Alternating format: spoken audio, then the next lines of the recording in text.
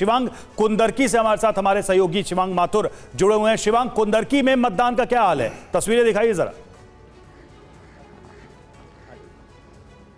बिल्कुल, देखिए सुबह सुबह का वक्त है, हालांकि बहुत ज्यादा इस वक्त उत्साह नहीं है। मतदान केंद्र पर हम हैं और सुरक्षा के भारी इंतजाम यहाँ भी जो है वो है। लगातार जो जिला मजिस्ट्रेट हैं और जो बाकी आला अफसर हैं, कप्तान हैं, वो इस पूरे इलाके को एकदम छावनी में तब्दील किया गया है। बाहर से जो लोग आ रहे हैं उनको यहाँ पे खासतौर पर आने से रोका जा रहा है। कुछ वोटर हमारे साथ हैं जो अभी अभी वोट डाल के आए। मैम, क्या नाम है आपका? मेरा डॉक्टर शशि चौहान। शशि जी, ये बताइए कि यहाँ के ये उपचुनाव है यहाँ का, और यहाँ के मुद्दे क्या हैं? क्योंकि अगर यहाँ का इतिहास देखें तो करीब करीब 30-31 सालों से समाजवादी पार्टी का ये गढ़ माना जाता है।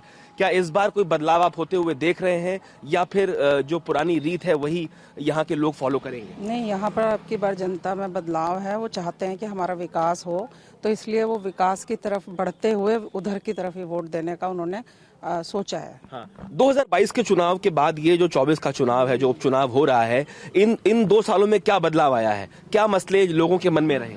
इन लोगों के मतलब जो बिल्कुल जरूरी, जो कि बहुत ही नेसेसिटी होती है, वो मसले हैं। जैसे सड़कें नहीं है, नाली की सफाइयाँ नहीं है, नालियाँ प्रॉपर बनी हुई भी नहीं है। लोगों को आने जाने में कन्वेंस की भी इसलिए प्रॉब्लम होती है क्योंकि घर से निकल के बाहर तक सब कहीं से पानी गिर रहा है, कहीं से कुछ हो रहा है, गंदगी फैली हुई है। तो मेन तो मुद्दे लोगों के वही हैं। दूसरा जो कनेक्टिविटी है वो भी अच्छे से नहीं है, जिसे वो चाहते हैं कि हो। ठीक है, आपका क्या नाम है? मेरा नाम है जगपाल सिंह आर्य। ये बताइए, आपने क्या सोच के आज वोट किया है? आपके लिए क्या क्या इश्यूज इम्पोर्टेंट हैं यहाँ के? देखिए जी, मेरे लिए सबसे इम्पोर्टेंट इश्यूज हैं महिलाओं की सुरक्षा, हमारे घर की महिलाओं की सुरक्षा। उन्हें कानून कौन सुरक्षा व्यवस्था दे सकता है, और हमारी ज़मीनों की सुरक्षा की व्यवस्था कौन दे सकता है, हमें कानून की जो गारंटी कौन दे सकता है, वो कौन उसकी व्यवस्था कर सकता है कि हम यहाँ सुरक्षित रहें।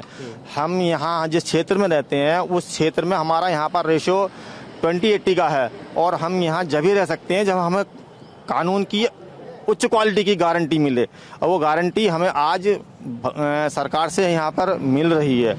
इसलिए हम यहाँ पर सुरक्षित हैं और हम उस चाहते हैं कि हमारे क्षेत्र का विकास हो। देखिए, मतदाताओं की बात हम सुन रहे हैं और मतदाताओं के दिमाग में वोटिंग के समय क्या चल रहा है ये भी हम समझने की कोशिश कर रहे हैं, जयशंकर सर। लेकिन अब बात यहां पर आकर रुकती है जहां से आप जो बात आप कह रहे थे कि क्या इससे एक मैसेज देने की कोशिश होगी, एक 27 का बैकग्राउंड तैयार करने की कोशिश होगी। क्या ये ना समझे कि लोकसभा में जो मोमेंटम क्रिएट हुआ था, विपक्ष जो है उत्तर प्रदेश में उस मोमेंटम को खोना नहीं चाहता, इसलिए इतनी ताकत झोंकी गई इस चुनाव में?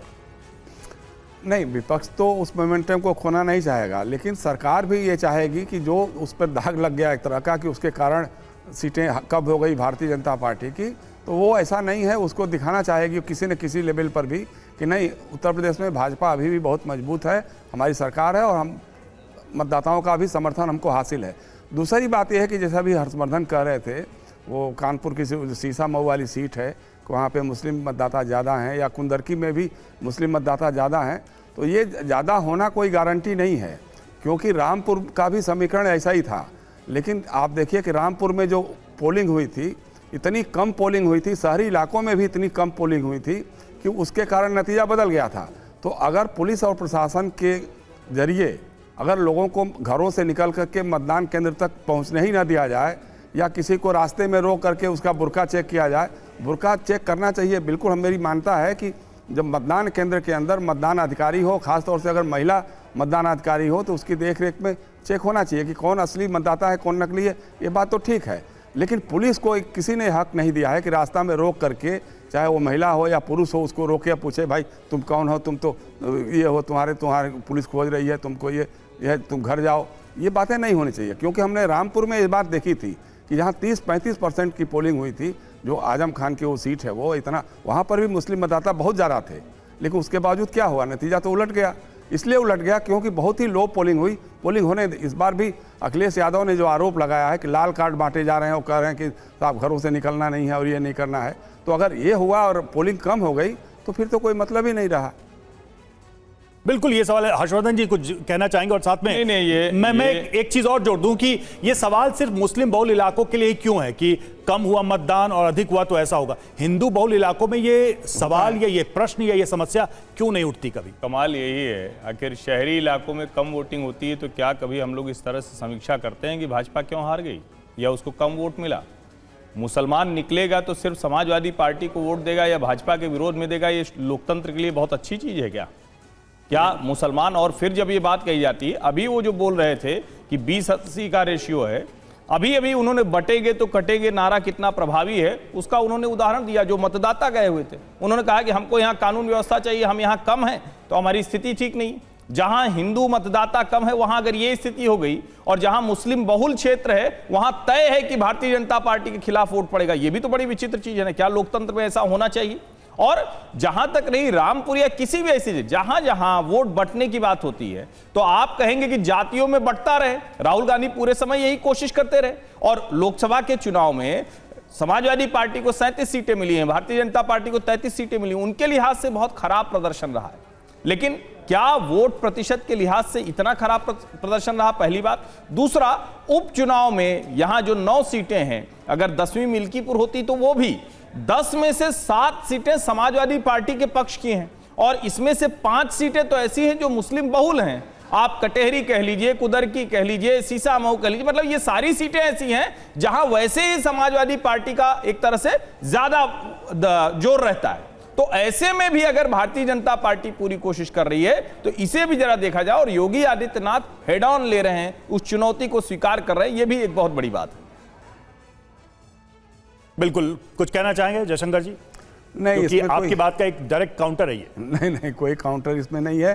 देखिए, सीधी सी बात है कि मैं जैसे वही बात पढ़ा रहा था मैं, बंटोगे तो कटोगे, इसका मतलब क्या है?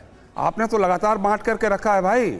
दलित अगर मंदिर में चला जाता है तो आप उसकी चमड़ी उधेड़ देते हैं, दलित कुएं से पानी लेता है तो उसको आप पीट पाट करके रख देते हैं, आदिवासी है तो उसके चेहरे पे पेशाब करना आपका अधिकार है, बुनियादी अधिकार है, क्योंकि आप श्रवण तबके से आते हैं, आप संप्रभु संपन्न हैं, तो ये चीज़ें तो आपने रखा हुआ है, उसमें कहीं कोई फर्क नहीं पड़ता है। तब अगर आप बराबरी के लेवल पर रखते तो आज वो तबका अगर उठ करके आ रहा है, कह रहा कि नहीं हम अपने हिसाब से वोट करेंगे, अगर हमारा आरक्षण खतरे में है, अगर हमारा संविधान खतरे में है, अगर उसको ये महसूस हो रहा है और वोट कर रहा है तो आपको चिंता हो रही है।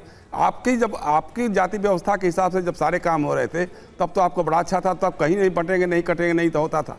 तो जैसा मैंने कहा, देखिए, बंटने की बात और कटने की बात जो है, मतलब आप सीधे सांप्रदायिक नारे लगा रहे हैं। आप कभी कह देते हैं कि साहब वो तो आपका मंगलसूत्र छीन ले जाएंगे, वो आपकी भैंस छीन ले जाएंगे, वो उनको दे देंगे जिनके 8 बच्चे होते हैं। मतलब ये बातें अगर प्रधानमंत्री के लेवल पे कोई कहे, ये बातें अगर मुख्यमंत्री पूरे प्रदेश का है, वो किसी एक संप्रदाय का नहीं है, किसी एक जाति का नहीं है, लेकिन आप इस तरह की बातें दे करके कह रहे हैं, जैसे लग रहा है कि आपने कहा कि साहब हम तो कब्र से उखाड़ करके बदला लेंगे, ये करेंगे। मतलब ठीक है, चुनाव में ऐसे बयानों का नतीजों पर कितना इंपैक्ट होता है ये हर चुनाव ने हर बार साबित किया है, कितना नफा या कितना नुकसान होता है। लोकसभा चुनाव की आपने बात की, हमने देखा कि नतीजों में क्या हुआ, खासकर उत्तर प्रदेश में भी। तो अब देखना होगा कि ये नारे क्या वाकई में उपचुनाव में कोई इंपैक्ट छोड़ते हैं